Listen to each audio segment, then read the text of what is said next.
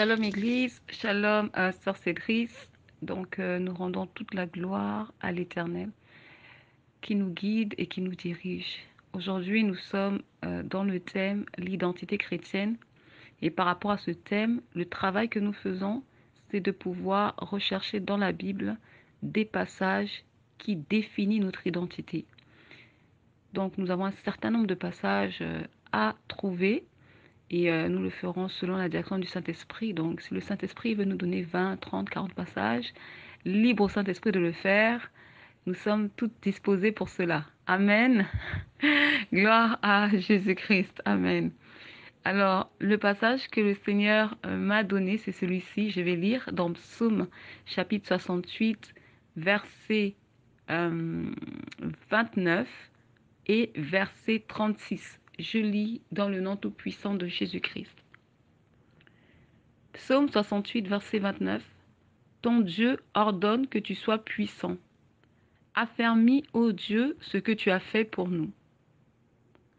Verset 36. De ton sanctuaire, ô Dieu, tu es redoutable. Le Dieu d'Israël donne à son peuple la force et la puissance. Béni soit Dieu. Amen. Donc, à travers ce passage, nous allons faire une étude, une mini-étude. Nous allons prier et avec l'aide du Saint-Esprit, il va nous enseigner. Il va, en fait, nous communiquer la pensée que nous avons besoin de savoir. Pourquoi l'Éternel veut que son peuple soit puissant?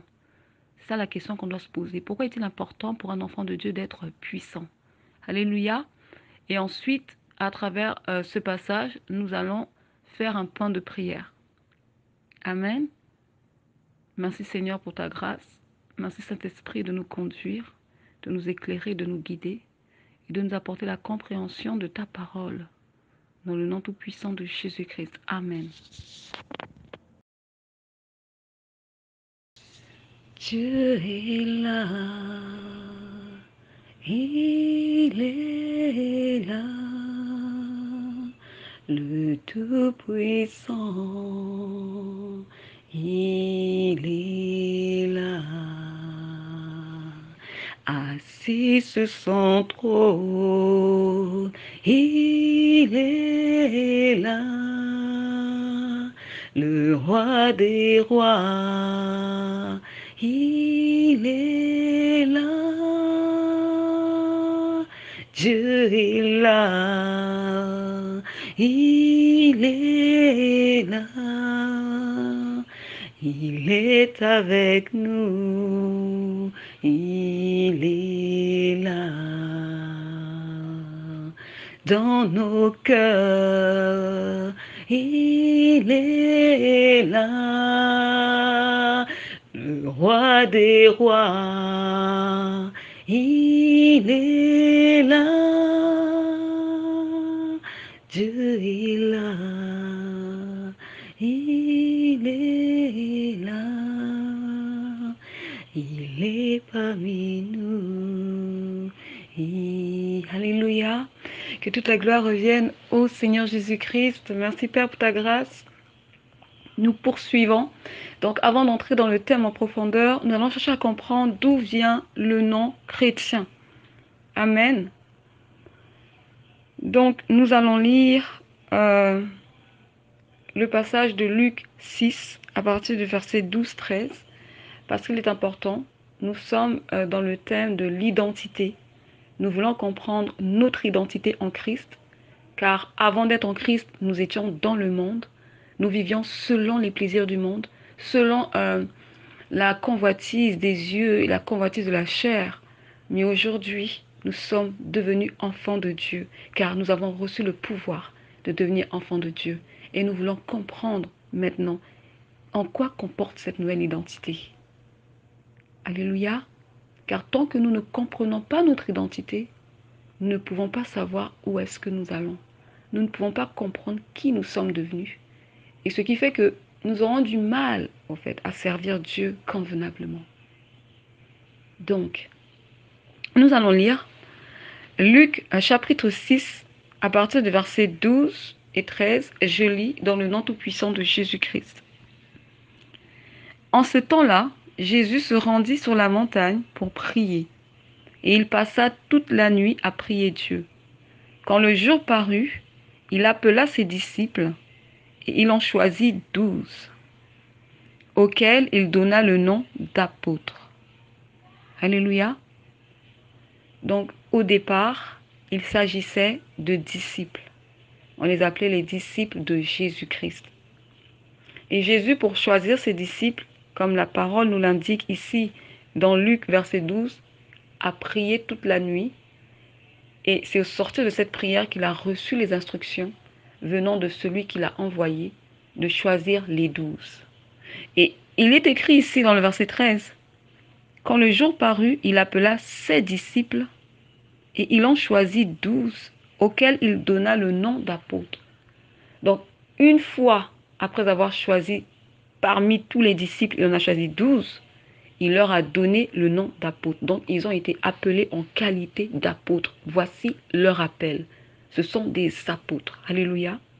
Ce ne sont pas des chrétiens. Ce sont des apôtres. Ce qui veut dire que quand Jésus t'appelle, il t'appelle en fonction de ton appel.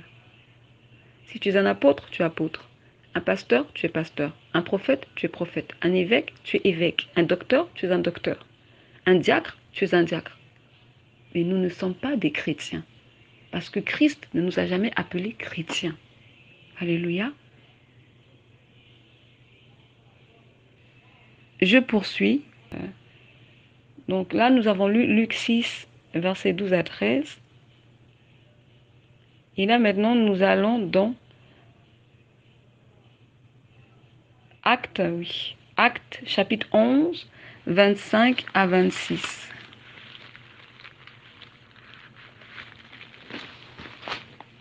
Chapitre 11, 25 à 26. Je lis dans le nom tout-puissant de Jésus-Christ. Amen. Actes, chapitre 11, versets 25 à 26. Barnabas se rendit ensuite à Tarse pour chercher Saul. Et l'ayant trouvé, ô Jésus, que ton Saint-Nom soit glorifié. Merci Père pour ta grâce. Alléluia. Je reprends. Barnabas se rendit ensuite à Tarse pour chercher Saul. Verset 26. Et l'ayant trouvé, il l'amena à Antioche. Pendant toute une année, ils se réunirent aux assemblées de l'Église et ils enseignèrent beaucoup de personnes. Ce fut à Antioche que pour la première fois, les disciples furent appelés chrétiens. Alléluia. On les appelait chrétiens certainement parce qu'ils ont observé leur manière de vivre et ils ont vu qu'ils vivaient comme Christ. Et on leur a donné le nom de chrétiens. Mais à la base, nous sommes des disciples de Christ. Pourquoi disciples? Parce que le disciple, c'est celui qui imite ce que le maître fait. Le disciple voit, il observe, il apprend et ensuite il met en pratique. C'est cela un disciple. Nous sommes croyants parce que nous croyons en Jésus-Christ. Nous croyons en la saine doctrine de Jésus-Christ. Et maintenant que nous avons cru, le Saint-Esprit, au fait, nous forme. Le Saint-Esprit nous conduit dans toute la vérité à pouvoir marcher sur les sentiers de justice et de droiture, à emprunter les voies que Dieu veut que nous puissions emprunter. Alléluia. Donc c'est important de comprendre cela. Nous avons été appelés chrétiens, comme il est écrit ici dans Actes. C'est à Antioche que la première fois les disciples ont été appelés chrétiens. Mais normalement, toute personne qui reçoit Christ comme Seigneur et Sauveur dans sa vie est un disciple de Jésus-Christ. Parce que quand on se présente comme étant disciple de Jésus-Christ, ça marque la différence. Il y a vraiment une différence en fait avec « je suis chrétien ». Le disciple, vraiment, c'est celui qui imite. Le disciple, c'est celui qui reproduit. Le disciple, c'est celui qui fait comme son maître. Donc, à travers le mot disciple, on voit déjà l'identité. Alléluia. Mais cela n'est pas un problème si nous nous présentons comme étant des chrétiens, parce que le mot a été répandu pratiquement dans tout le monde entier, et donc on nous appelle chrétiens. Mais il faut savoir d'où vient l'origine de ce mot, c'est important. À la base, nous sommes des disciples. Et quand on garde en tête qu'on est un disciple, en fait, on réalise la tâche, la responsabilité que nous avons de pouvoir faire comme le maître, de pouvoir mettre en pratique la parole. Amen. Alors, nous poursuivons cette fois-ci avec le passage dans le livre de Jean. Nous allons dans Jean. Jean chapitre 15. Alors, pourquoi nous lisons Jean? Jean, c'est pour faire un parallèle avec le passage de Luc qu'on a lu précédemment. Luc chapitre 6 au verset 12 et 13. Ici, nous allons lire Jean chapitre 15. Chapitre 15 à partir du verset 16. Je lis dans le nom tout-puissant de Jésus-Christ. Ce n'est pas vous qui m'avez choisi, mais moi, je vous ai choisi et je vous ai établi, afin que vous alliez et que vous portiez du fruit, et que votre fruit demeure, afin que ce que vous demanderez au Père en mon nom, il vous le donne. Amen. Alors ici, c'est Jésus-Christ qui parle, et Jésus dit clairement que ce n'est pas nous qui l'avons choisi. Et cela se confirme dans le livre de Luc, au chapitre 6, versets 12 à 13. Parce que dans ce passage, il est indiqué que Jésus a prié toute la nuit. C'est Jésus qui a choisi parmi les disciples 12. Donc comme le passage l'indique ici, dans Jean 15, Jésus dit, ce n'est pas vous qui m'avez choisi. Jésus a choisi 12 disciples et il les a établis.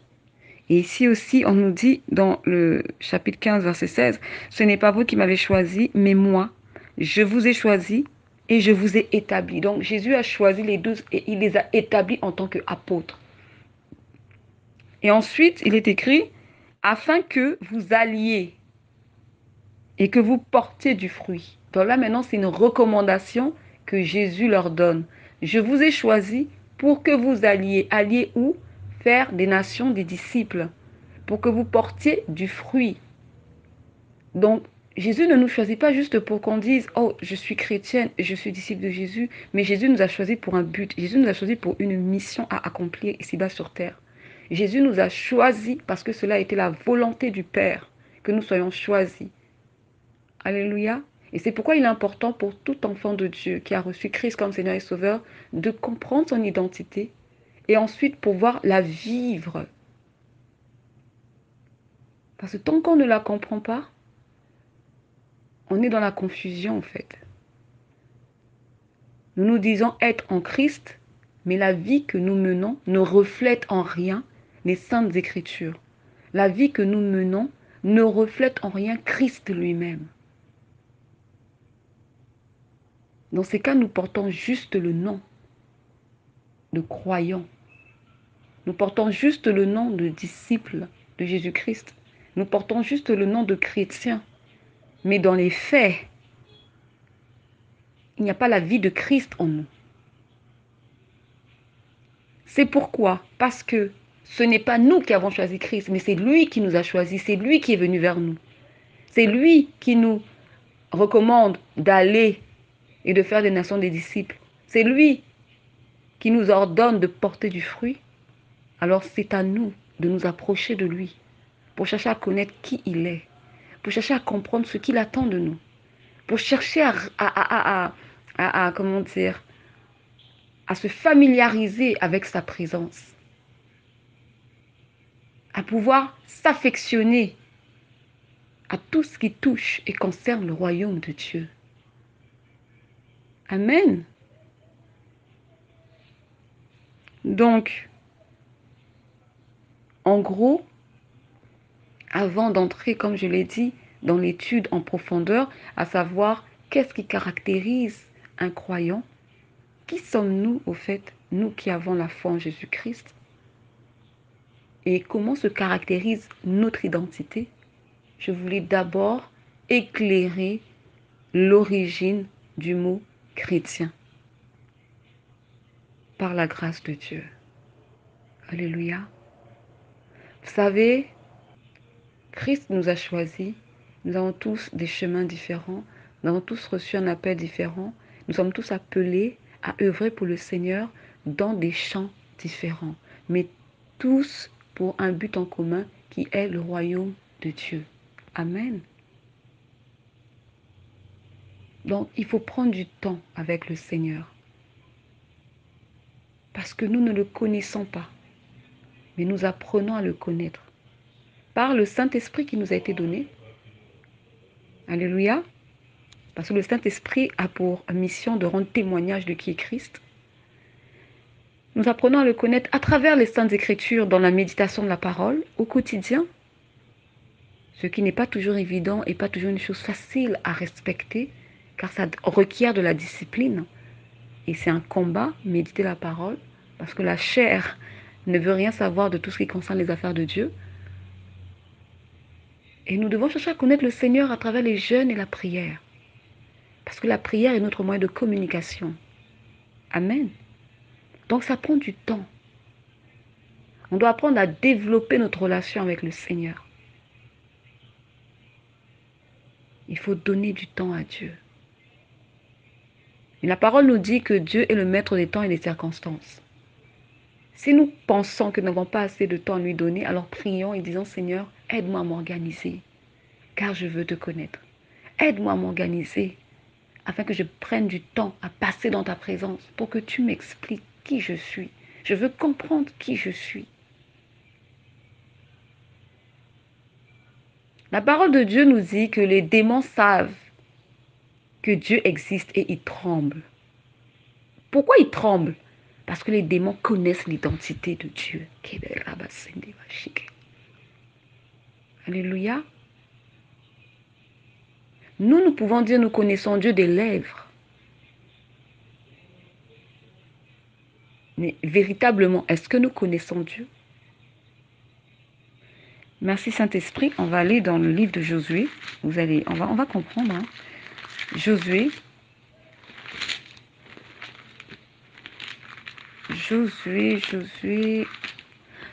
chapitre, je pense que c'est le dernier chapitre si je ne me trompe pas. Chapitre 24. Oui, 24. À partir du verset 19, c'est Josué qui parle. Je lis, Père, ta parole dans le nom tout-puissant de Jésus-Christ. Josué dit au peuple, vous n'aurez pas la force de servir l'Éternel, car c'est un Dieu saint. C'est un Dieu jaloux. Il ne pardonnera point vos transgressions et vos péchés.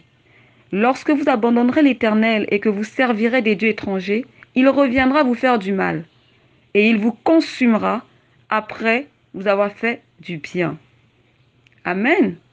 Josué connaissait Dieu. Josué savait de quoi était capable Dieu. Parce que Josué a combattu aux côtés de Dieu. Josué a expérimenté la présence de Dieu. Et c'est ce qui manque aujourd'hui à beaucoup d'enfants de Dieu dans le corps du Christ. Nous parlons de Dieu avec nos lèvres, mais avons-nous expérimenté sa présence? Sommes-nous au quotidien, journalièrement, dans la présence de Dieu? Parce qu'un enfant de Dieu, au fait, si on voit bien, on dit bien enfant de Dieu, doit passer régulièrement du temps dans la présence de son Père et doit apprendre à connaître qui est son Père. Adam était dans la présence de Dieu en permanence. Adam connaissait Dieu. Donc, il n'est pas normal que nous, qui nous disons être enfants de Dieu, ne connaissons pas notre Dieu. Non, nous devons le connaître. Il doit se révéler à nous. La preuve, Jésus dit, ce n'est pas vous qui m'avez choisi, mais c'est moi. Cela veut dire que Dieu nous connaissait avant la fondation. Comme il est écrit quelque part dans les Saintes Écritures, je te connaissais avant que tu sois dans le sein maternel. Alléluia. On va lire, je pense que c'est Jérémie. Allons-y, Jérémie chapitre 1.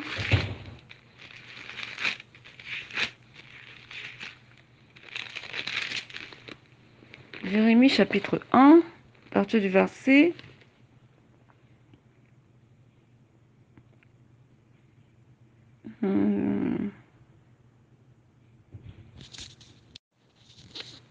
Donc, je lis dans le nom tout-puissant de Jésus-Christ, Jérémie chapitre 1, verset 5.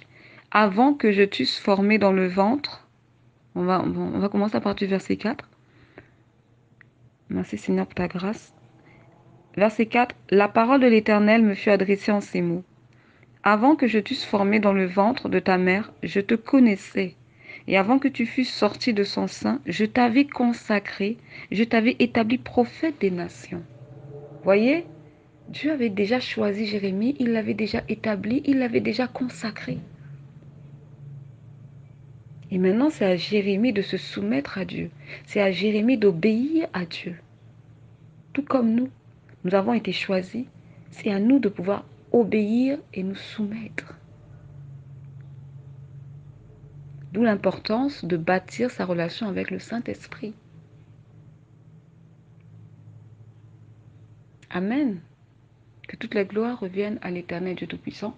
Maintenant, je crois par la grâce de Dieu, et j'ai foi qu'à travers cette introduction, l'Esprit va encore parler davantage dans nos cœurs et il va venir fixer ce qui a fixé au-dedans de nous afin que seule sa volonté se fasse dans le nom tout-puissant de Jésus-Christ. Nous poursuivons cette fois-ci avec ce qui caractérise un enfant de Dieu. Amen. Car nous sommes appelés à refléter Christ dans notre caractère, dans notre attitude, dans notre comportement et notre manière de vivre. C'est ce qui fait que les disciples de Jésus à Antioche ont été appelés chrétiens pour la première fois. Lorsqu'on voit un enfant de Dieu, on doit voir Christ à travers sa vie. Mais qu'est-ce qui fait que un enfant de Dieu reflète le caractère de Christ? Quelles sont les vertus? Quels sont les fruits de l'esprit que nous avons? Et c'est ce que nous allons chercher ici dans la Bible. Quels sont les passages bibliques qui parlent du caractère de Christ? Qu'est-ce que Dieu dit de nous? C'est ce que nous allons voir. Alléluia. Amen. Jésus, tu es l'amour de ma vie. Jésus, en toi j'espère. Jésus, tu es celui qui guide mes pas. Tu es l'Éternel Tout-Puissant qui dirige ma vie. Tu es l'Éternel Tout-Puissant qui dirige mes pas. Jésus, tu es l'amour de ma vie. Jésus, en toi j'espère. Jésus, tu es celui qui guide mes pas. Tu es l'Éternel Tout-Puissant qui dirige ma vie. Tu es l'Éternel Tout-Puissant qui dirige mes pas. Only you, Jesus, only you. Only you, Jesus, only you. Only you, Jesus, only you. Alléluia. Gloire à Jésus-Christ. Nous poursuivons, nous sommes toujours dans le thème notre identité en Christ. Qui sommes-nous? Donc nous allons chercher dans la Bible des versets bibliques qui définissent notre identité en Christ. Et pour le premier verset, nous avons Psaume 68, versets 29 à 36. Je lis dans le nom tout-puissant de Jésus-Christ. Amen. Ton Dieu ordonne que tu sois puissant. Affermis, ô Dieu, ce que tu as fait pour nous. Verset 36. De ton sanctuaire, ô Dieu, tu es redoutable. Le Dieu d'Israël donne à son peuple la force et la puissance. Béni soit Dieu. Amen. Donc, après lecture de ce passage, le psaume 68, versets 29 à 36, notre identité nous montre que le Dieu que nous servons est puissant. Et parce que nous lui appartenons, nous faisons partie de la race divine. Amen. Et parce qu'il nous a choisis et nous a établis, nous sommes appelés à revêtir la puissance de Dieu comme des enfants bien-aimés. Car notre Dieu est puissant. Et le psaume 68, verset 29 dit, « Ton Dieu ordonne que tu sois puissant. » Donc, les enfants de Dieu n'ont pas d'autre choix que d'être puissants parce que leur Dieu est puissant. Nous sommes ce que nous sommes à cause de qui est Dieu. Nous revêtons en nous la puissance de Dieu parce que notre Dieu est puissant. Alléluia.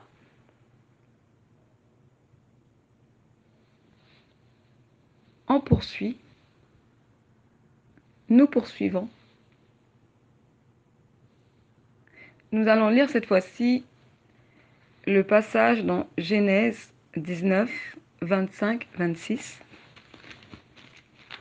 Genèse 19, au verset 25, 26. Donc, ce passage nous parle de la destruction de Sodome et Gomorrhe. Et nous allons lire dans le nom tout-puissant de Jésus-Christ. Il, ici, on parle de Dieu, l'Éternel Dieu Tout-Puissant. Il détruisit ces villes, 24. On commence à partir du verset 24. Alors l'Éternel fit pleuvoir du ciel sur Sodome et sur Gomorrhe du soufre et du feu, de par l'Éternel. Il détruisit ces villes, toute la plaine et tous les habitants des villes et les plantes de la terre. La femme de Lot regarda en arrière et elle devint une statue de sel. Donc la puissance de Dieu a fait qu'en lui tout seul, il a détruit toute une ville, celle de Sodome et Gomorrhe, parce qu'elle vivait dans le péché, dans l'iniquité et dans les abominations. Alléluia. Dieu a détruit cette ville, comme il est écrit dans verset 24. Il a fait pleuvoir du ciel sur Sodome et sur Gomorrhe du soufre et du feu. Dieu est puissant. C'est pourquoi il faut le craindre. Dieu est puissant. C'est pourquoi il est préférable de marcher dans ses voies par obéissance, afin de ne pas avoir affaire à lui. Parce qu'il dit dans sa parole, dans Deutéronome, chapitre 28, au verset 1 à 15, que celui qui est obéissant est béni de Dieu. Mais celui qui est désobéissant sera maudit, sera sous la malédiction. Alléluia. Donc oui, nous avons un Dieu puissant, mais le revers de la médaille est que si nous nous détournons des voies du Seigneur, si nous faisons des choses qui ne glorifient pas Dieu et que nous sommes infidèles à l'Éternel Dieu Tout-Puissant, comme l'a été le peuple d'Israël, nous périrons. Nous périrons. Alléluia. Car il est écrit, quelque part dans les Écritures, que celui qui persévérera jusqu'au bout sera sauvé. Mais pour persévérer, il faut demeurer dans les voies de Dieu. Si je sors des voies du Seigneur, je retourne dans mes vomissures. Je ne suis plus aux côtés du Seigneur. Je bascule du côté du monde des ténèbres, dans le mal, le péché. Amen. Ton Dieu t'ordonne d'être puissant. Nous poursuivons. Dans le nom tout-puissant de Jésus-Christ, cette fois-ci, nous allons dans le passage de Exode, chapitre 20, versets 18 à 20. Exode.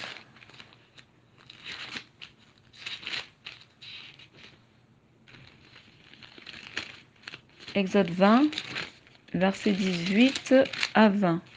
Je lis dans le nom tout-puissant de Jésus-Christ. Tout le peuple entendait les tonnerres et le son de la trompette. Il voyait les flammes de la montagne fumante. À ce spectacle, le peuple tremblait. et se tenaient dans l'éloignement.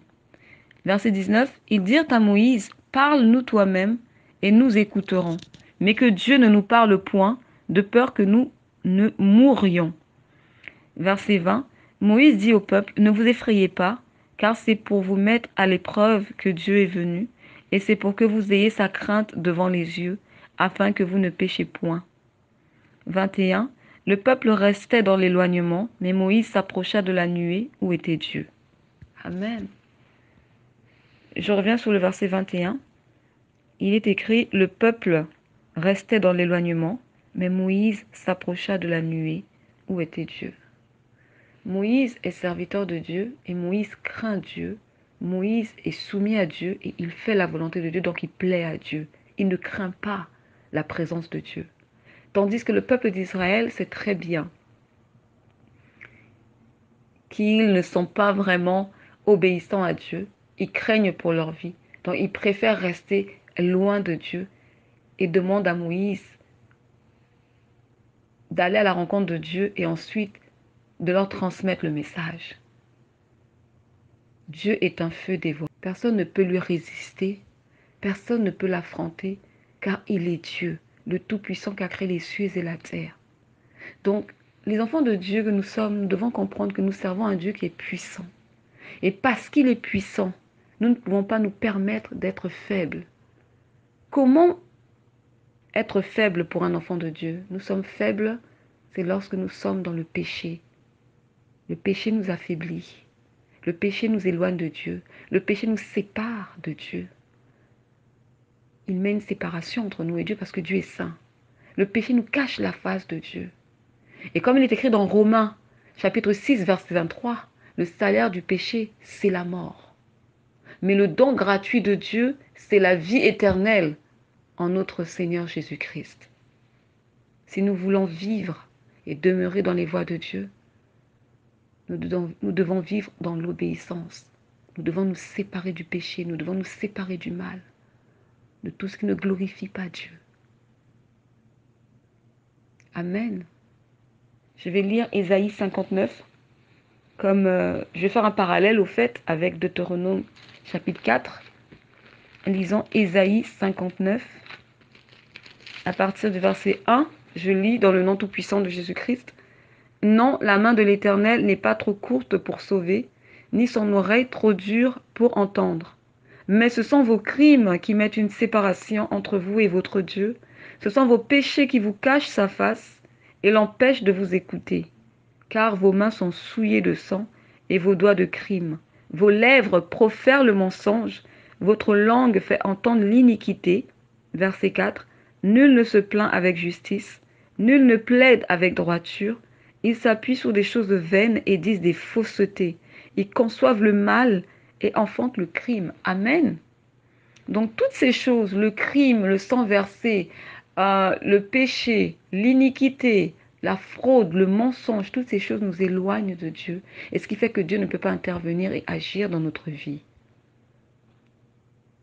Alléluia. Donc si nous voulons revêtir la puissance de Dieu, c'est en demeurant dans l'obéissance à sa parole et en faisant la volonté de Dieu, en cherchant à lui plaire, tel que Moïse l'a fait. Amen. Donc, ma bien-aimée sœur dans la foi en Jésus-Christ, toi qui aimes le Seigneur, toi qui aspires à demeurer dans les voies de Christ, toi qui veux connaître davantage le Seigneur dans la profondeur, ton Dieu t'ordonne d'être puissante. Et ta puissance, tu la tireras de ton obéissance à la parole. Alléluia. Ton obéissance, tu la tireras de ta soumission à l'Éternel. Alléluia. Gloire à Jésus. Merci Père pour ta grâce. Alléluia. Donc notre Dieu est caractérisé par la puissance. Dieu a créé les cieux et la terre en l'espace de 6 jours et il est écrit dans la parole que le 7e jour, Dieu s'est reposé. Il a créé tout ce que nous voyons sur terre en l'espace de 6 jours. Les étendues d'eau, la terre, les animaux, les oiseaux du ciel, la verdure, les arbres, les plantes. Il a créé l'homme. Il a fait tout cela en l'espace de 6 jours. Notre Dieu est puissant. Nous devons le réaliser. Parce que tant que nous ne réaliserons pas la puissance de notre Dieu, nous nous minimiserons. C'est-à-dire que nous allons toujours continuer à marcher comme des gens qui attendent de l'aide venant de quelque part. Or que le Seigneur nous dit, malheur à celui qui retourne en Égypte pour chercher de l'aide. Maudit soit l'homme qui se confie en l'homme. Nous sommes appelés à nous confier en l'Éternel Dieu Tout-Puissant car il est notre Créateur. Nous sommes appelés à espérer en l'Éternel, à croire que lorsque nous lui avons confié un problème, lorsque nous lui confions notre vie, c'est lui qui guidera nos pas, c'est lui qui éclairera nos pas. Ce n'est pas l'homme de nous guider par des opinions publiques, par des conseils qui parfois ne sont même pas de bons conseils. Non. Mais c'est Dieu, par son esprit. La parole nous dit que le Saint-Esprit, l'Esprit de vérité, nous conduira dans toute la vérité. Amen. Notre Dieu est puissant. Parce qu'il est puissant, nous ne pouvons pas aller mendier de l'aide à gauche et à droite. Non. La parole nous dit, lisons dans les psaumes, si je ne me trompe pas, psaume 37, à partir du verset 5, il est écrit, « Recommande ton sort à l'Éternel, mets en lui ta confiance et il agira. » Nulle part il est écrit « Recommande ton sort entre les mains d'un prophète, entre les mains d'un frère en Christ, entre les mains d'un diacre, entre les mains d'une servante de l'Éternel. » Non, mais recommande ton sort entre les mains de l'Éternel, Dieu Tout-Puissant. Jérémie 17, nous allons lire. Notre Dieu est puissant. Pour le réaliser, pour le comprendre, pour le vivre, pour le confirmer, il faut aussi expérimenter la présence de Dieu. C'est bon de lire. Il est écrit que Dieu est puissant, mais nous devons aussi le vivre. Alléluia. Jérémie 17. Merci Seigneur pour ta parole. Ta parole, elle est la vie. Elle est la vie, Seigneur. Jérémie 17, verset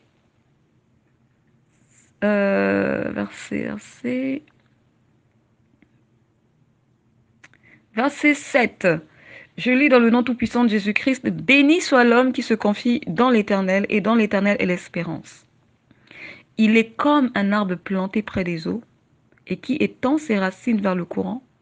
Il n'aperçoit point la chaleur quand elle vient, et son feuillage reste vert. Dans l'année de la sécheresse, il n'a point de crainte, et il ne cesse de porter du fruit. » Donc celui qui se confie en l'Éternel a la paix, a l'assurance que Dieu est avec lui.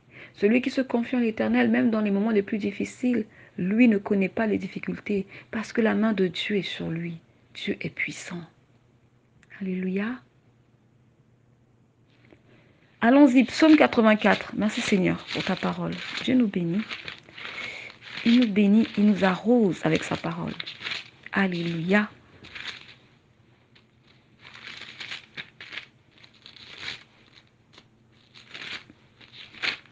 Psaume 84, je lis dans le nom tout-puissant de Jésus-Christ. À partir du verset 5. « Heureux ceux qui habitent ta maison, ils peuvent te célébrer encore. Heureux ceux qui placent en toi leur appui, ils trouvent dans leur cœur des chemins tout tracés lorsqu'ils traversent la vallée de Baca. Ils la transforment en un lieu plein de sources, et la pluie la couvre aussi de bénédictions. Leur force augmente pendant la marche, et ils se présentent devant Dieu à Sion. » Alléluia. Dieu est puissant. Mes bien-aimées sœurs dans la foi, nous servons un Dieu puissant. Revêtons-nous de sa puissance, car Dieu ordonne que tu sois puissante. Faisons l'œuvre de Dieu avec puissance. Prêchons la parole de Dieu avec force et puissance. Déclarons cette parole avec force et puissance et foi. Amen. Que toute la gloire revienne à l'Éternel. Nous allons poursuivre cette fois-ci. On va voir la caractéristique de la puissance des hommes de Dieu qui ont marché aux côtés de l'Éternel Dieu Tout-Puissant. Alléluia.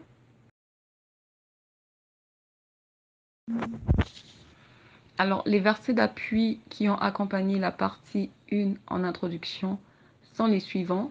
Nous avons Luc chapitre 6, versets 12 à 13, Actes chapitre 11, versets 25 à 26, Jean chapitre 15, verset 16, Josué chapitre 24 au verset 19 à 20 et Jérémie chapitre 1, versets 4 à 5.